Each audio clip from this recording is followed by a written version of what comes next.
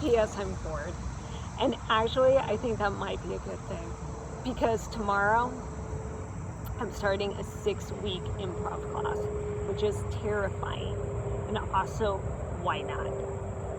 The funniest part is that I didn't even sign up for it. I bought the class for my husband for his birthday. I thought it would be something fun and completely different for him to try. Get out of his head. He decided hard pass, and I respect that. My first thought was, okay, this is a bummer. Maybe I could get my money back. But then I was like, I don't want to do that. It's a small business. It's part of the community here. So why don't I just dive in? And that little voice was like, yeah, we're doing this. And immediately I had so many reasons on why this was a terrible idea. I've never done improv unless you count 7th grade, which was so traumatic. And to be very truthful, I do not want to stand in front of a room full of strangers and not know what to say. And actually, yeah, I'm scared to embarrass myself. But the real reality is that's my everyday, and the thought is, why not do this? And weirdly, this improv class feels connected to something much bigger than I've been thinking about. For most of my adult life, I've been incredibly good at being productive. I've worked in branding, marketing, creative for more than 20 years. And I know how to do all the things. I know how to make the plan, do the strategy, do all the things that come with that. The purpose, the outcome. And those skills have given me a beautiful career. But somewhere along the way, I think I started applying that same logic to everything. If I wanted to do something, I would sit there and pause and go, well, what's it for? What's the strategy? How should this look? What's the latest trends? Blah, blah, blah, blah, blah. And could this be a business? Could it be monetized? Is this really worth my time? And lately, I've become really interested in things that don't have an obvious point. The things I want to do because I'm curious. Because they make me laugh. They make me feel something bigger than, I don't know, what do you do? Because I want to know what happens, and I want to feel more alive. And this is why I'm following these threads. And this is where P.S. I'm bored came from. It's tongue-in-cheek. Boredom gets such a bad rap, and we're supposed to eliminate it immediately if you listen to certain people. Pick up the phone, scroll, turn something on, find something productive to do. And I really got into that convenience and automation mindset. I just need to make my life easier. Then I'll feel alive. I'll have space. But really, it got me to, really wonder, what if boredom isn't the problem? What if boredom is the space where you finally notice what you're curious about? What makes you feel connected to the present moment, to others, to your community?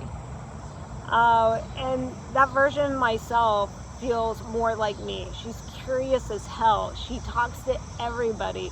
She wants to know their story. She wants to go somewhere because it sounds interesting, an adventure. She loves laughing. She loves people. She loves animals, being outside, and gets obsessed with random subjects. She likes to make things, experiment, and she doesn't need to know where something is going before it starts.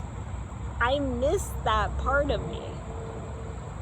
And actually, it's not completely true because I don't think she went anywhere. So when I say I missed her, the reality was that I just stopped giving her as much room as the other parts of me. And that's something I've been writing about on my blog lately. For a while, I had the story that I somehow lost myself. That there was this creative, curious version of me that existed before life got so serious, before all the grief, before all the massive changes. And I was convincing myself that she disappeared. But I'm starting to question that story.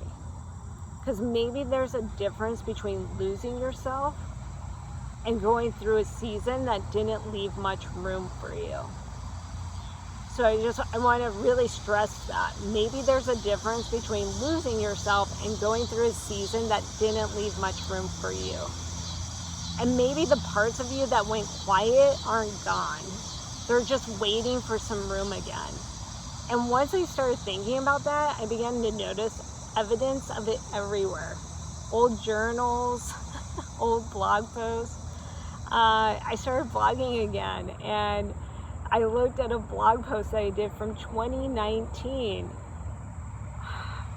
Man, I could have easily filed that away and never gone back to it, but then I pulled the thread and I was like, this was something I really enjoyed. And why not just like share my voice? Well, I feel like I'm picking that thread back up. And that this whole time she was there. She was waiting for me to dig her out of the chaos, the convenience, the trickery of like, oh, you gotta go and be super, super busy. And then with everything else, there's this giant hickory tree on our property. And so I've mentioned this before, during Hurricane Helene, almost 2 years ago to the day, this massive hickory, 100 feet long, tall, basically, it fell. And it's almost been 2 years, like I said. And it's been wild because I saw it fall, and then we took a pause to just see what would happen and what was the messages that were coming through of what it wanted to become, what did we want it to become to for us. So there's just these moments that come up, like that you recognize that, hey, sometimes things take time, and sometimes waiting and having patience and paying attention, and slowly all of this starts to emerge and come together. And for the last couple of months, we've been working on that project. It's almost there. You can see in the background that we are in mid-process of that. We also just finished doing the fire pit, conversation pit, and that's been really rewarding. It's still not finished, of course. It's about 80% there, but things take time, and we've all been tricked into believing that instant gratification applies to every moment of our lives, when it doesn't. So if this idea has gone under your skin, I hope you follow along. I hope you jump in with me and you can explore this tongue-in-cheek PSM board. Look at the things that you may have identified as wasting time, or things that you thought failed but brought you joy. I feel like the unfinished is knocking on our doors to remind us that hey, you can still go do the things that you wanted to do. Your time is not up. And no matter where we are at astrologically, you are uniquely you. You can make the choices to move forward for you. You don't have to wait for the moon cycle. It may be beneficial, but don't keep delaying what you want to do. Join me in this experiment. So the next 40 days, I'm going to make something every day for me. I'm going to follow my prompts because I want to make sure that when I'm creating, it doesn't go sideways. But I want to make sure that whatever coming out is genuinely through my curiosity. So some days it's going to be about gardening, just about creativity. It might be something I've learned from 20 years plus of building brands. Who knows? I don't know. Every day I wake up, there's something new knocking on my door that I want to talk about. And it might be about improv. But I think there's going to be a lot of ahas that come through, a lot of ridiculousness. And I'm deliberately not trying to make all of it make sense.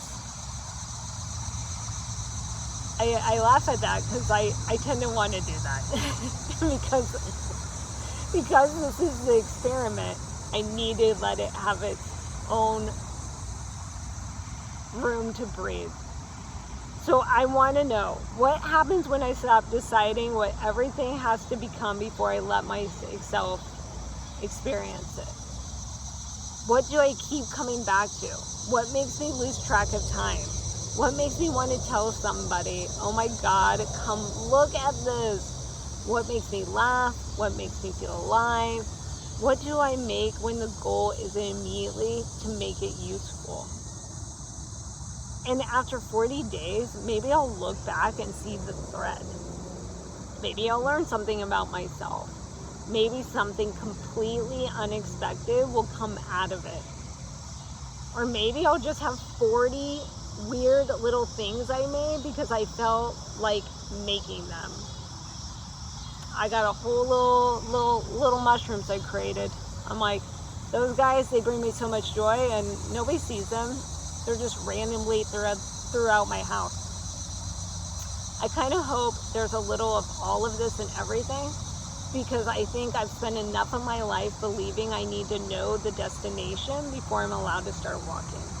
And when I did an audit on all the best moments of my life to this point, it was about surrender. It was about just really being present in the moment and being open to new opportunities, new people.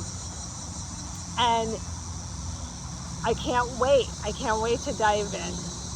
Right now, I'm much more interested in this, of what I've experienced, of what I'm exploring. So come look with me. That's PS on board. And tomorrow, apparently, we're starting improv. So God help me. Let's see what happens.